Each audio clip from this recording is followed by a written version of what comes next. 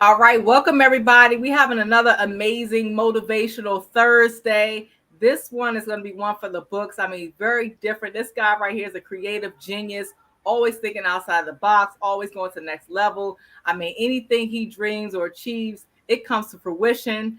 And we have Mr. Ricky Parker today. He is the owner of Shockoe Wine. He's going to get all into it about his business, how he comes with the process, and I'm just so excited to have him today. So, how are you?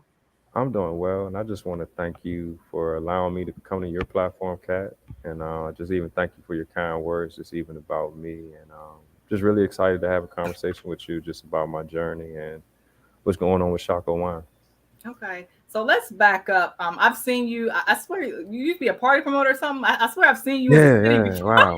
wow. You're taking it really back. Yeah, I used to be a party promoter. That was like, I guess my claim to fame early on in my career, just straight out of undergrad. I did a lot of party promoting in Washington D.C. And so I was in the era where like Love was still a mega club, where Mm, promoting there, and a lot of the work I did in nightlife really led me to working in the spirits industry. And so, like early on in my career, I had the privilege of working with Moet Hennessy, working with a lot of brands under their portfolio, like Belvedere, Moet Chandon, even some of the Hennessy products. From there, I've had the ability to work with Campari America, and even done some work with Uncle Nearest. And so, like a lot of my background has just been in like the spirits industry and just kind of understanding like how do you cultivate a following, how do you really create grassroots marketing and activations and just really kind of bring new products to market. And so a lot of that really kind of went into where I'm at now, just with Shako. And so it's definitely like a full circle moment for me. Just even 2022, I kind of look at it just like where I'm at now in my life, where I'm able to have a wine label and just the things we're able to do with that right now. okay, so tell us, what does the name mean, and how did you come up with it? Okay, so the name actually pays homage to a neighborhood in Richmond called Shockoe Bottom, and the venture is a partnership between myself and two of my friends, Chris Randolph and Steve Johnson III. Like all of us have experience within food and beverage, and we kind of saw this as an opportunity to really leveraging a lot of our lessons learned within the industry. But for us, we look at Shako as a term of really meaning like creating your own table. And so, like with the brand, we really want to advocate for education, community, and equity. And we're really using wine as a vehicle to do that. And so, like, my vision is really want to create a table, where everyone's invited and everyone has an active voice. And so, it's been an incredible journey so far. We've been in market for a year. We've had a red blend. 2019 vintage is doing very well. We're in Wegmans throughout Virginia.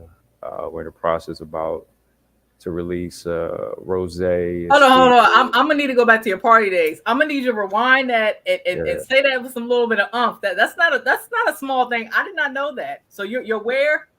yeah. We're in Wegmans. We're in Wegmans Okay. throughout Virginia, and it's just really humbling. Just even kind of Mm, seeing where we're at right now. We're going into our second year, and it's just been a lot of strategy. And I think I really I really first thank God, but outside of that, just really having great partners where we're really able to kind of lean on each other for our skill sets. And like with doing that, we really kind of been able to focus on how to use data to really help us with our decision making. So now we're in the process of growing more in the state of Virginia. With year two, our goal is to like really get into restaurants more. But early on, like our whole thing has really been direct to consumer. So we ship to like 31 states throughout the country, and with that, we've sold over 200 cases like within our first year, and it's just really been a humbling process where we've created a quality product that people like, and that's something we kind of want to do as we kind of can continue going with like extension wines, just really kind of creating things that we kind of see a need or really paying attention to our following and then, like the things they're demanding. hmm. So talk about the process of making a wine, because I know people buy the bottle and people don't understand that it's a process for making wine. So what is you guys' process, and that what does that differentiate from any other companies that's out here?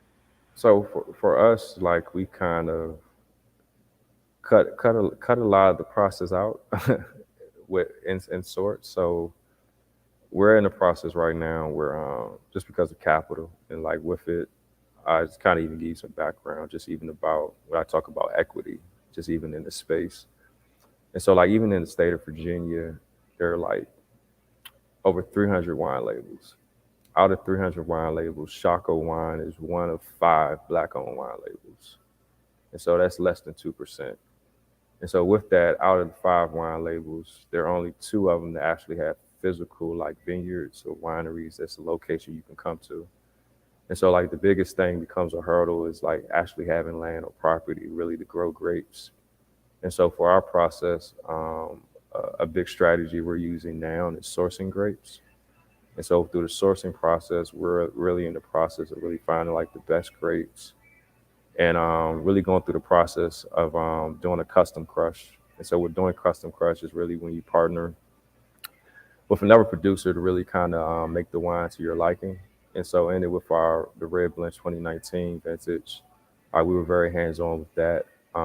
We really knew we wanted a profile of something that was very bold, something that could be a masculine wine, but not too strong for women. So with the wine, it pairs well with grilled meats, pairs well with cigars, as well as just even a sipping wine for like a nightcap. But throughout the process, we really had to learn a lot just about the grape. So even with this wine, it's part Merlot, part Petit Verdot, part Cabernet Franc. And so with that, for us, it's just always about quality products and quality craftsmanship. Hmm. So let's talk about sponsorships. I got a few questions from the audience, but I Okay. wanted to highlight a few of them. So how do you select, as far as sponsorships? I guess which brand that you all choose to partner up with, and what advice can you give the people out there that how people have events all the Yeah. time, and they want to have if they want to have your wine at their events, how do they go about doing that, and how do you select the right person? I think it's really a strategic alignment. Really has to kind of go into like what's really making sense to where we want to go at the time. And I think that really kind of goes with any brand, whether it's a wine or a spirit. It's really always about the strategic alignment of how does this make sense to the overall bottom line. And so I think a lot of times people can get caught up in the whole thing of just wanting product, but you're asking for product, but like, what is the benefit or what's the return on that? Are you giving me content? Who's really going to be at this event? So you got to really explain the benefits because at the end of the day, even with giving product, you can say like, "Oh, I'm not asking for money," but the product is money because it's almost like it's something someone's giving away for free. Where I could be selling this, or I could be figuring out a way to make a profit on this. And so for a brand, it's an investment. And so for us, we look really strategically like sponsorship opportunities of like how these can be opportunities for us to really get in spaces or double down in like spaces we really want to kind of penetrate more. And so with that, we've been in a position of doing a lot of corporate tastings, like really partnering with a lot of corporate brands and figuring out ways of using those type of events as opportunities to kind of get in front of people who probably normally wouldn't get in front of who aren't following us on social media. Even as a brand, we do private events here and there, but they may not be in our immediate network. And so, how do we get into a network of people that are outside of our initial, atmosphere or environment of what we're doing as a brand? And so, with that, it becomes this whole idea of alignment. And so, I think alignment is always key about just with sponsorships, like who's really going to be there, what's the benefit, what's the return. And I think if you kind of identify those, it really makes it easy for a brand to kind of understand if they want to partner with you or not. Hmm. So I'm glad you spoke about the 1 out of 5 wine labels as far as being African American in this space. What made you guys choose this space, and why do you think so many people in our culture choose not to become wine and liquor ownership instead of just partying and drinking? Like, why do you think we're not more owners in the space too? Well, it's barriers of entry, and so even for us, the barriers of entry for it was a barrier for us with not having land, where with me and the two of my partners, none of us came from families where we had land that we could grow grapes on, or we weren't inheriting anything that was passed down to us, and so a lot of this becomes like a wealth gap, where you kind of think about it, where I think, even you think about this space where I think a lot of times people can say, why are African Americans just consumers? A lot of times is systemic, is really deeper than us just wanting to be consumers. It's like kind of a larger picture. And so I think even with us, it gets to this idea of just the educational piece, the community piece, and the inclusion, like the equity piece, because then it becomes a whole education part where I feel like even with wine sometimes, or even red wine, I feel like it can be very polarizing. Where I think even in our culture, a lot of times with African Americans, like cocktails are our go-to, and so even for us as a brand, we kind of figured out of understanding that, like, all right, we have a sangria recipe where, like, even when we do events, we'll have a sangria. It's just another option of just kind of figuring out ways, how do we introduce wine to someone who's not the traditional wine drinker. And so I think a big thing for us is always about how can we make wine approachable, and not this whole thing of this thing that's so foreign. And so a lot of our private events we've been doing have been at art galleries, where we've allowed our patrons to kind of put wine in context. Where a lot of times someone would probably say my go-to is a tequila, a whiskey, a cognac or something, but oh, I'll drink wine because now it makes sense because I'm at an art gallery, or I'm looking at art, or I'm having a conversation. And so it puts somebody in a mindset or in an environment where they can understand, like, oh, now I understand the consumption of this, or why this makes sense. And so I think the other piece of it is just I think with just wealth, I think just it becomes a whole thing where even for us now, like our goal is to open a tasting room in Richmond, eventually open a winery somewhere in Virginia. And so with that, it's the whole thing of building capital. And so with it becomes this whole thing of know-how and educating. But I know one of the things I'm very adamant about, and me and my team, is just really educating people, on our lessons learned as we're going through the process, because I believe within this space, it should be more people who look like us. It should be more people understanding, like, if I don't have the resources, what are things I can do to get into this industry, or where do I start?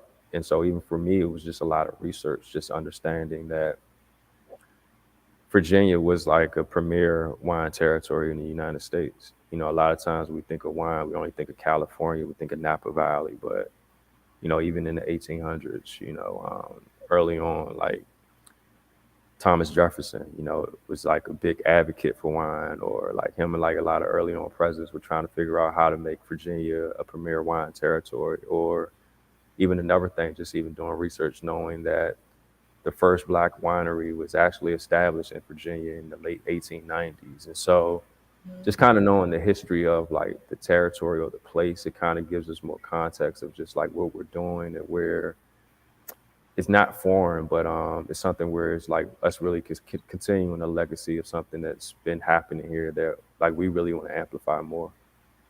Hmm. So, what ideal partners or brands do you guys want to link up with or do business with? We're really open, really open. So far, we've been able to partner with Microsoft. That's been Okay. incredible for the tasting. Wow. We've been able to partner with like with UVA, Capital One.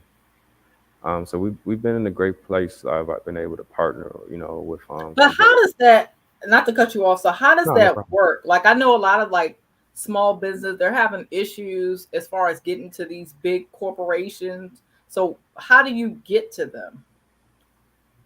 And so it's a lot of different ways. And so I can't really speak on like how we've done it, because it's been a lot of like things within our network, or Right. people we're close to within network. But a key thing I would tell anyone who's trying to figure out how to get in touch with somebody is LinkedIn.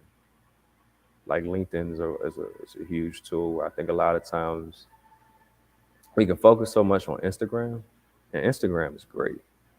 But if you really want to find somebody, you really want to do business, you really want to connect, I really believe LinkedIn is the place you need to be, because LinkedIn is an easy place where you can kind of figure out who are the key players at these companies.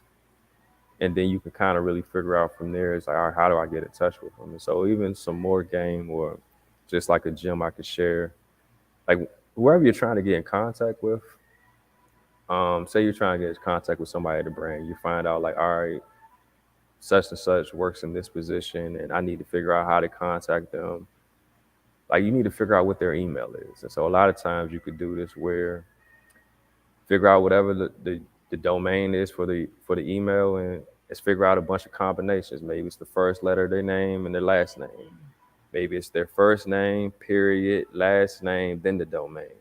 Kind of go through every possible way and send an email and really pitch it. Where I think we really got to understand at the end of the day, this is still like the art of business. And so like you really got to conduct yourself in a way of like, how do I present my product and my offering in a way where I'm getting in the door. And a lot of times, getting in the door isn't something that's always going to be easy, but you kind of have to have the fortitude to understand like, what am I going to do to figure it out?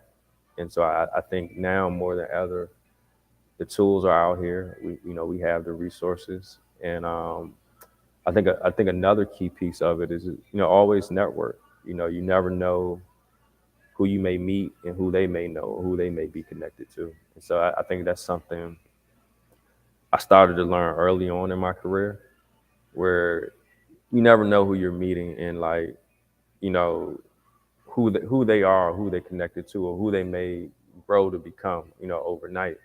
And so like you can't really treat people haphazardly, or treat people like they're disposable, where you really have to give everyone a fair shot or a fair chance, and kind of like lead with humility, and just like knowing that the person next to you may be the person who has the opportunity that you need down the road, where it's really about nurturing relationships, where you can't really always just be so focused on like, oh, how can I get what I need, how can I be so transactional. And I think as a culture we've got to this place where like everyone's transactional, where it's so focused on how can I get what I need, or I need this from you, where it's not even at a place of like, how you doing, how's your day going, like what you really into. Like it's just so focused on work and what you do at work, and how what you do in work can help me out and I need help. And but it's just, it gets lost in that, where like you really got to remember at the end of the day, people are human. And so just like you, these people could be going through things, having a rough day, or just kind of get to know them at a level that isn't surface, but where there's some type of relationship there. Hmm. So were your family and friends supportive, or did you have to convince them of the wine and you being in the wine business now? Nah, they were definitely supportive, but like, I think for me, I don't really focus on that. Hmm. I don't really focus on like my family or friends being supportive, because I do so much, where like I understand my offering is so much overall, that everything I do is not for everybody. Right. And so I think early on, or even like more as I'm getting older, I understand like I'm a boutique experience. And so with that, certain things I'm going to offer are just for certain people. And so in that, I think I find peace in that, where it's not about every person I know needs to support my wine, or needs to do this or needs to do that. It's just like whoever's supposed to support it is going to support it. And I think whoever's supposed to know about it is going to know about it. Where I think that's the biggest advice I'll give to anyone that has a business. Don't get so caught up on like your friends or your family being like your base, because that becomes a false read. Because like the fact they're supporting you because of their relationship with you, not their relationship with your product or your offering. So I think once you step outside of that, you can get to a place of like, what am I really providing the world? Is it of value? Because if it isn't, your only following, your only base is really going to be your friends and family. And like overnight, that could die, or it could get to a point where they could get tired of supporting you, or feeling like, hey, I've supported you enough. I need support. And so I think you always got to really focus on like, what are you offering to the world? Like, is this the best possible, outcome of like what you can produce. Because I think if you focus on that, like it'll attract the right people. You know, the right people will find your product. The right people will talk about your product. And so for me, it's always just about quality. You know, how can I make sure whatever I'm offering is of quality, of substance, and something that's really going to be impactful and change people's lives. Wow, I'm glad you said that because I think a lot of people still expect their family friends to support them, and if they don't, then they go like haywire, and Yeah, they no, just can't I know they can't exactly move what you mean. forward. I mean, we're all human, so it's always great to have. I don't want to discount that. It's always great to have family and friends, but I'm glad you touched on that. That it shouldn't be, the end game or the thing that say, what if you should push forward or, retract by using that as a basis. So I'm glad you said that. So what's the vision? What's the vision for the brand now? The vision for the brand is to continue to grow. So we have a rosé now. You know, we have a sweet red. Then we have a Riesling as well. And so the brand for us is to continue to grow, continue to scale. Like our vision really is kind of looking at it from a standpoint of how can we redefine American luxury. And so we really want to use wine as that vehicle to do that, and have a lot of different conversations in the process, and just really enjoying the ride with it. It's only been a year so far. We're in year two, and I'm just really excited to see where year two is going to go, and just really being patient. Not too anxious about anything. Where I realized that I think Rick Ross said this not too long ago. I just really want to move. You know, I want to make the right steps. I just want to move correct. Yep. I don't want to move too fast. I don't want to make sure everything is happening when it's supposed to happen. And so I think with me and my partners, we all have that mindset of we know we have something special here. With this wine label. Just from the start of just even the press we've been able to get or the response or the support, like we know what we have, and so we just want to grow it the right way and scale it the right way where it's not something that's here today, gone tomorrow, but it's something that really means something not only to people from Richmond, but not only to Virginia, but just the people in general all over the world.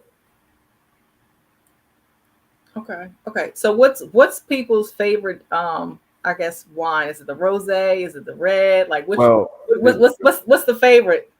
these aren't out yet. So like these will be Oh, okay. launching this month. We got the exclusive. We Okay. got the exclusive. Okay. So this is our rosé. This is Okay. our I'm rosé. about to say I don't see it on. I was just about to ask you. I Yeah, don't see it on the this is a website still now. rosé. We're Okay. launching this month. This is a sweet red. We're launching this month, and the last one's a Riesling. And so with these, it all came from data. And so we Okay. had like a lot of like focus groups or events, just kind of getting feedback from our consumers. And like with this wine, like so, this is the wine that's been in market, our 2019 vintage. And so with it, we've got a lot of feedback from consumers just about their thoughts on the red blend, and overall, people loved it. But people who aren't traditional wine drinkers or red wine drinkers were looking for something else. Like one of the profiles we heard from a lot of people is they wanted something that was sweeter as a red. So that's the idea. We're like, hey, let's do a sweet red. In that, we also realized like everyone doesn't want a sweet red, but let's do a rosé for because it would response there. And even early on, we didn't want to do a rosé as our first offer because we didn't want to come off trendy. And so our whole thing was really starting out. We wanted to really solidify ourselves in the wine space um, among like Virginia wine consumers and just wine consumers abroad. And just kind of from that growing with the Riesling, we kind of just saw the opportunity. The fact we didn't have a white wine offering. Like how can we offer something in that category to kind of start building out that portfolio more? And so it's really been a great process. But I can tell you, like, really haven't heard any complaints from our red blend. It's a great red blend. You can order it online on our website, shockowine.com, or if you're in the state of Virginia, you can go to any Wegmans, stop in there, go to the Virginia wine section. You can find the bottle. And so it's definitely just been a great process. Ah, wow. And last two questions. So what let people know what's the difference between good and bad wine? I feel like some people who don't really understand wine, they go off the label or they go off the name and it may not be good or bad. So how do you guys weigh in, like with your wine? How do you know like this is the right wine that I'm going to produce versus, not? It's really about the profile. It's like really about the profile of the wine. So in it, we could kind of even take it. I'll make it comparable for like most people who are listening. If you think about alcohol, and so like you got to think about like what makes a good spirit. And so a lot of times in it, you think about like the profile of it. And so when you drink it, like you got to think about what is the smell of this, or when I drink it and like after I swallow it, like does it burn or what is the taste? And so you got to think about the overall profile is really what makes it. And so in it, a lot of times this is why you see the different price points with wines. And so even our price point, like online, our bottle was $26. At Wegmans is around like 20. And so in it, like we're not a cheap wine, but we're not a super expensive wine. But like we're right there where it's kind of in like that close to premium category. But there's some wines that are $10, $6, something like that. And with that, you kind of get a better understanding of the craftsmanship or what you can expect in that product. And so I think a lot of times, just the overall profile of what you're looking for, that's the biggest thing. And so I'll tell anyone if you're unsure about a wine or what you really want to go for, you know, you pay a little bit more. I think you'll get something you like, And so I think with it, you really pay what you get. You really get what you pay for. That's kind of a model I think in this space. If you're maneuvering through it and really unsure, but I think the other piece of it is really trial and error. You really got to understand like what is your flavor profile that you like, because I can tell you with these two are polar opposites, like in wines. And so it's some people I know that love this, that would probably hate this wine because they feel like this is too sweet. And I know some people who will love this wine, they feel like, hey, this is cool, but it's really not for me. And so really it's kind of really understanding like what is your flavor profile? What is it that you like?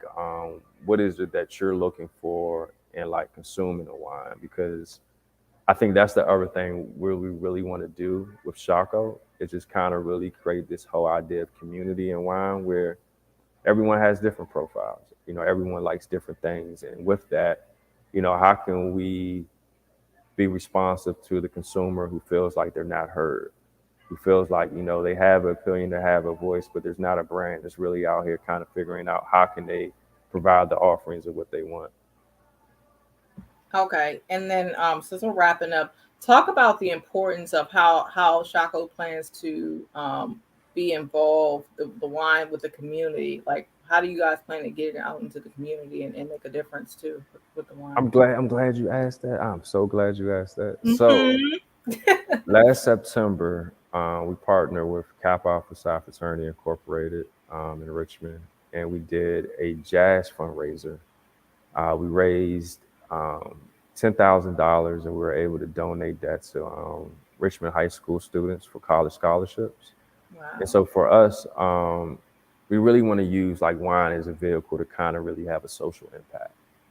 And so that was just one thing we did last year. We're planning some things this fall, as well as some events, just even more in that space. But like we really have a whole idea of just how can we give back. Most recently, we were able to partner with JP Morgan Chase, and we did a small business mixer, um, like really identifying like key small businesses and nonprofits in the Richmond area that we felt, need to be in the room together, the need to be in the room with executives from JP Morgan Chase and have like access to information or access to understanding how they get funding. And so just understanding different things like that of not only on how can we give back financially to the community, but also how can we be a bridge to other businesses and other people who are in social entrepreneurship. Wow, wow. So can you tell people any upcoming events that you have? Definitely, we need the dates on the rest of those. I have my eyes on the rosé and the sweet red. So I'm not a big red person. So I'm Yeah. glad you have those. No, we got this coming. Give us like a week or so. You'll see it on our Okay. website. This is the rose. I said it's still rose. I think everyone will love it. I love it. You'll love it. It'll come. You can get it as a 3-pack, a bundle. We got a lot. We got a lot of stuff coming. So not to talk about that, but you said the events. So with the events, actually next Saturday, August 20th, we'll be in Norfolk, Virginia.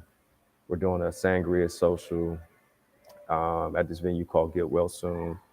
We'll be posting the information on our social media very soon.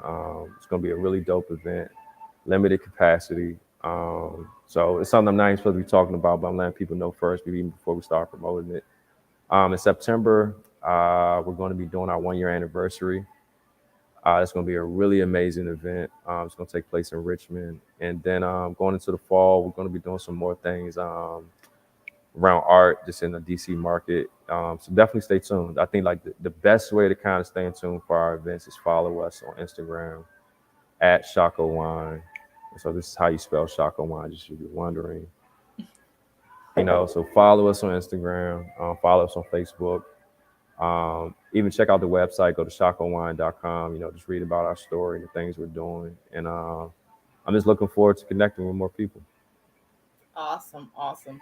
Well, I have to salute you again, you and all your partners. I don't want to leave them out as well. I know you're like the spokesperson for today. You Yeah, guys are doing some amazing things. Like I said, I nah, thank salute you you. guys. I mean, wine. I mean, that's like you said, the barriers to entry is very, very high. You guys are rocking and rolling first year, and I see nothing but great things. And I pray you guys keep growing and keep expanding to all the markets. And you guys gonna have plenty of vineyards. No, So we're gonna put that you already in speaking the it. You universe. It's speaking it. already You done. speaking it. It's gonna happen, and Yes, I just yes. even appreciate your support. Even you just reaching out, and I just appreciate the opportunities, just even being able to kind of share my story and what's going on with the wine, and what we have in store. So I just want to thank you again, and just salute you and commend you for everything you're doing with this platform. I think it's amazing. Just how like you're highlighting the success of just different people in the community and industry and what they're doing. And I just want to encourage you to continue to do that because this is needed. Where I think the key to for everyone to kind of get to that next place is information. And so you're definitely becoming a pipeline for that, where people could kind of get that insight and that information that's needed. Okay. Well, thank you. I appreciate you, Ricky. And All right, no problem. look. I better get an invite to the 1 year anniversary. Hopefully, No, it's you will get an invite. You will get an invite to the 1 year anniversary, and not so you do not have to worry about that. yes, yes, yes. All right. Thank you. All right, you're welcome.